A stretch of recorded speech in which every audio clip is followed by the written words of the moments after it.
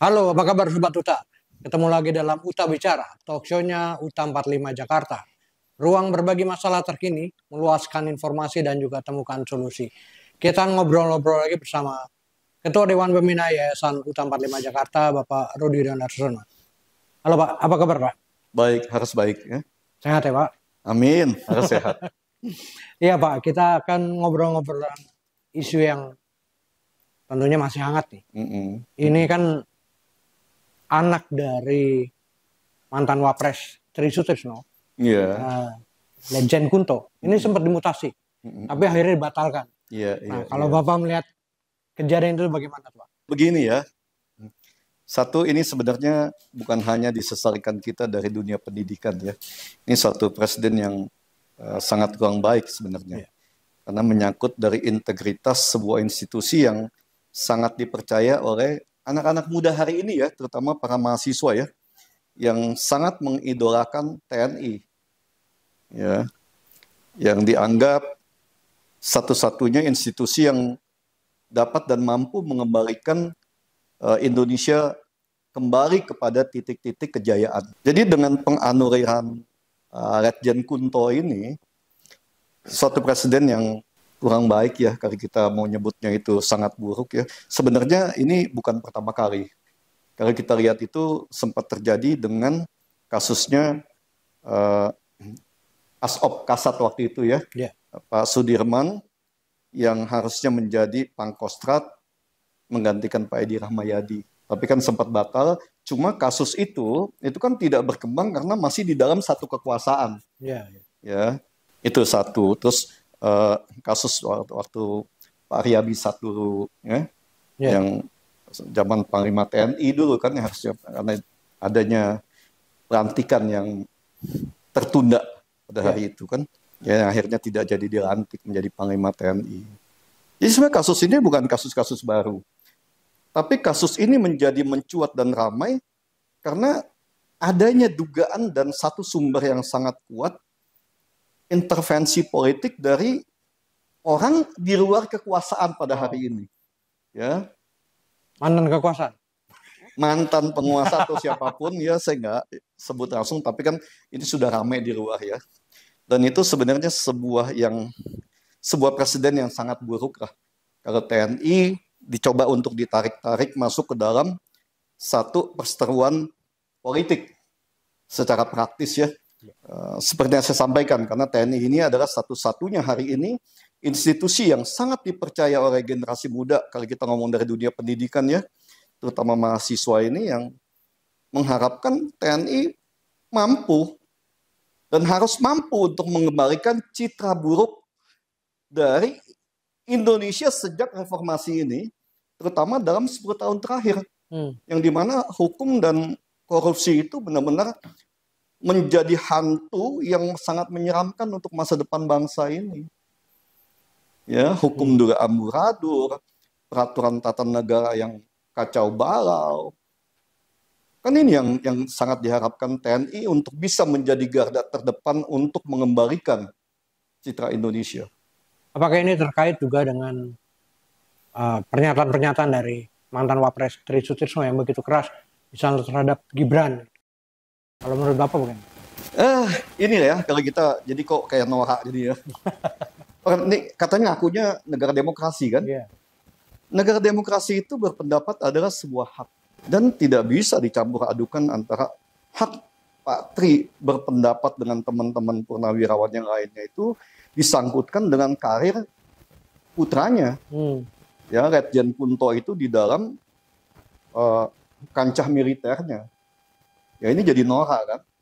Nggak bisa seperti itu. Makanya kalau dari isu-isu yang berkembang ini kan jadi nggak bagus juga ya buat citra TNI sendiri ya, di mana TNI itu terlihat sangat goyah dan labil apabila ada intervensi dari, apalagi dari yang namanya mantan ya, yang harusnya tidak boleh lagi ikut cawe-cawe atau punya kekuasaan teknis di dalam sana.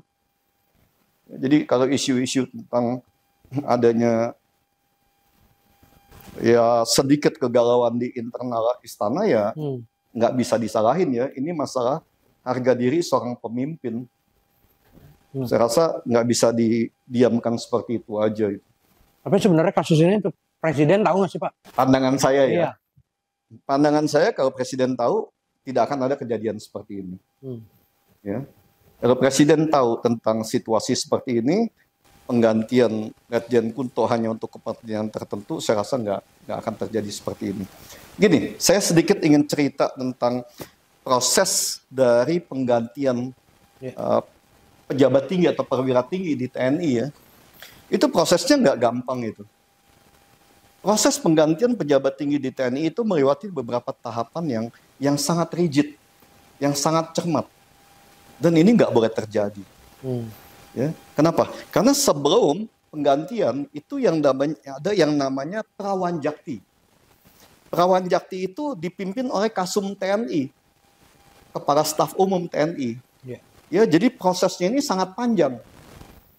Begitu selesai dari Prawanjakti, maka nama-nama itu akan naik ke yang namanya Wanjakti. Wanjakti ini dipimpin oleh Panglima TNI. Nah, disinilah baru diputuskan penggantian itu dengan penggodokan yang sudah sangat matang di lingkungan Prawanjakti ini. Jadi nggak seperti segampang kalau misalnya informasi-informasi, oh iya ini diganti karena kepentingan ini, diganti karena adanya kebutuhan, nggak bisa. Jadi TNI harus jujur.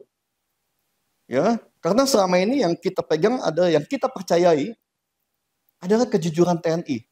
Ya, kenapa seperti itu?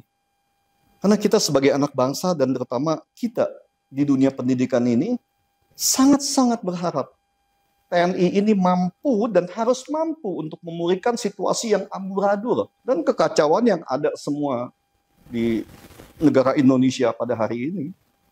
Itu yang sangat kita sesalkan itu.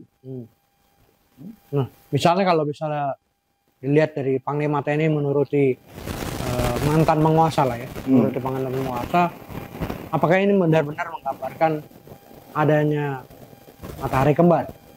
Gini, ya itu kita nggak bisa ini kan dengan matahari kembar ya. Bahwa di sini adalah bicara tentang profesionalitas. Ya, mau matahari kembar, matahari 2, matahari 3 itu nggak pengaruh di dalam sosok seorang pimpinan TNI. Karena TNI itu jiwanya ada sabta marga. Ya, hierarki. Who is the boss? Bukan who is ex the boss. Ya. Jadi di sini yang dibutuhkan benar-benar profesionalitas. TNI tidak boleh digoyah oleh kepentingan politik praktis. Ya. Jadi harus firm bahwa TNI adalah garda terdepan dan garda terakhir mempertahankan eksistensi NKRI. Ya, jadi nggak boleh digoyah itu. Ya, kalau melihat adanya konflik di internal TNI, apakah ini bisa saja meluas, Pak? TNI sudah sangat pengalaman ya dari persoalan-persoalan seperti itu, dengan mulai kejadian 97, 98 sampai dengan hari ini ya udah puluhan tahun ya.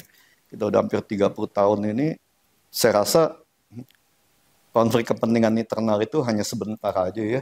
Bahwa ada konflik antara orang-orang ex dari penguasa lama yang ingin coba terus eksis mengatur sistem komando di TNI dengan personil atau TNI profesional yang hanya mengikuti tentang jiwa Sabta Marga dan Pancasila.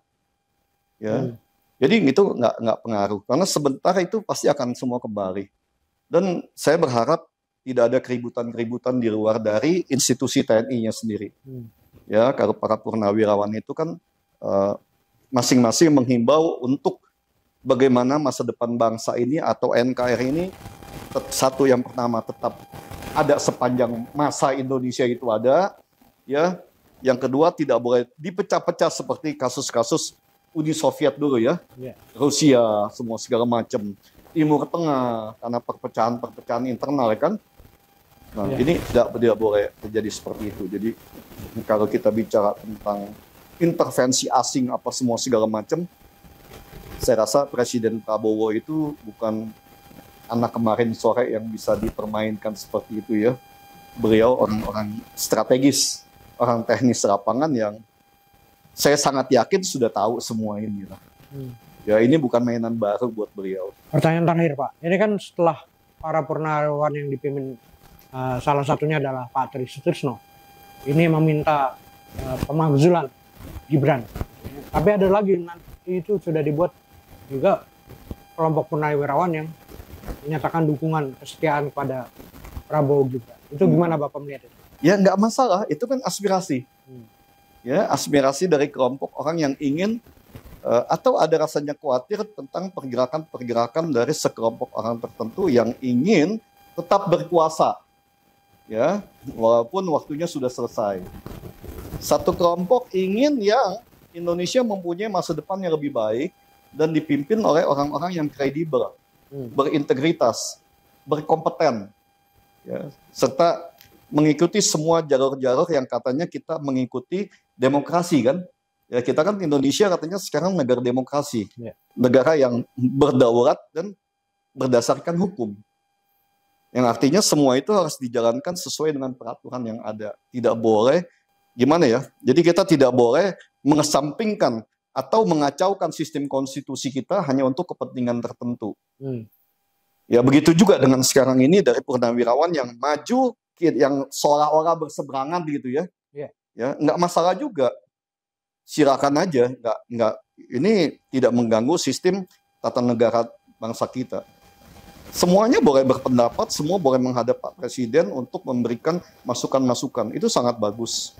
Jadi kita jangan terlalu dicampur adukan ke sana. Silakan aja siapapun boleh memberikan masukan ya.